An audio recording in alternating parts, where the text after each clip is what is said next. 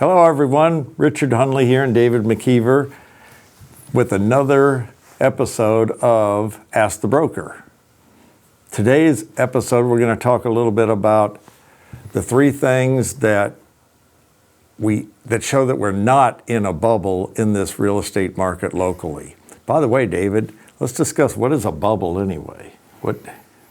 Yeah, well, there's been moments in time where you say we're in a bubble that people go back and think about. You know, they had the stock market bubble in 2000. And obviously the most recent one is the housing bubble and crash in 2008. So a bubble is something that's overinflated, that, you know, there's a trigger point that causes it to pop and that price crashes. And goes down. Okay. Yeah.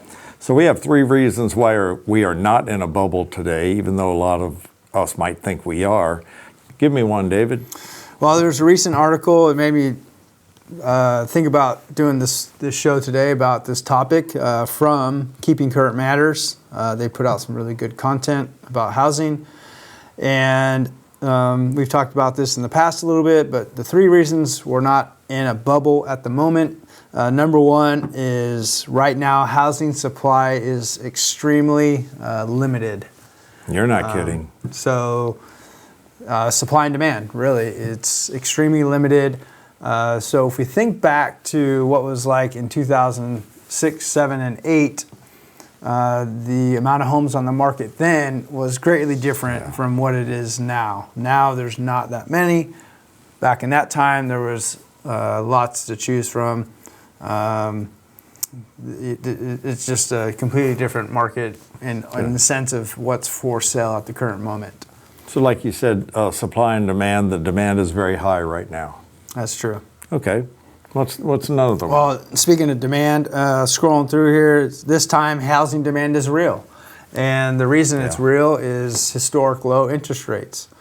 Rates are so low that even though homes are more expensive now than they were a year or 2 years ago, they're actually more affordable because the drop in rates.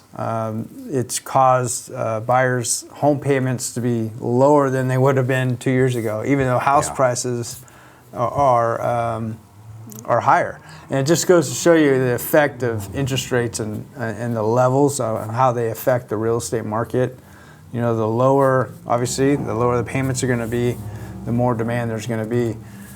Yeah, I'm seeing interest rates in the 2s. That's unreal. Never seen it before. That's okay. So one great reason. What else? All right, number 3. Scrolling through here. You know, this time around, homes have plenty of equity in place, and what's the difference between now and what it was like in 2006? Well, the homes were under, so I think the attitude was, well, I owe $50,000 more. You know, the house is worth $50,000 less than I owe on it, so I'm more apt to walk away. Yeah, just walk away. And now there's equity, so why would I walk away? I could sell and put $50,000 in my pocket this time. Yeah. You know, leading up to the housing bubble of 2008 and 9, anybody can get a loan. So they were on 100% financing, and you know, and covering closing costs. So you literally needed zero money to buy a house. Yeah. Those bad loans fueled the market that time, and that's what caused the demand that time around. Versus now, it's completely different. So most sellers have plenty of equity in place. Matter of fact, there's a study recently that said around 40% of all homes are paid off.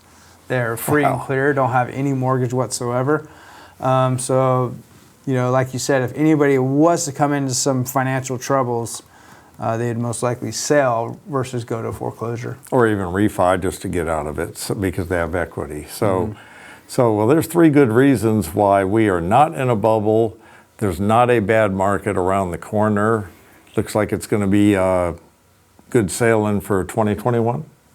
Yeah, absolutely. You know, one of the reasons I wanted to bring up this topic is there's a lot of buyers out there who've put the brakes on of buying because they think prices are inflated, and they've gone up the last few years, and they want to wait for it to turn around and go down. And that could, it could be a good move, but I don't think it is, because like I mentioned before, the historic low interest rates are more valuable to you than the prices being down.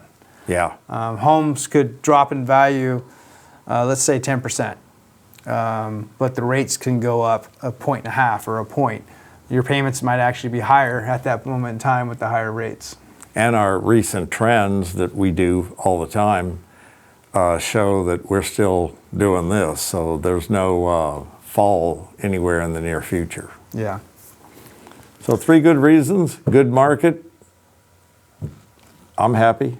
That's right. It's a great market for both buyers and sellers right now to take advantage of what the real estate world is offering you. So take advantage of it.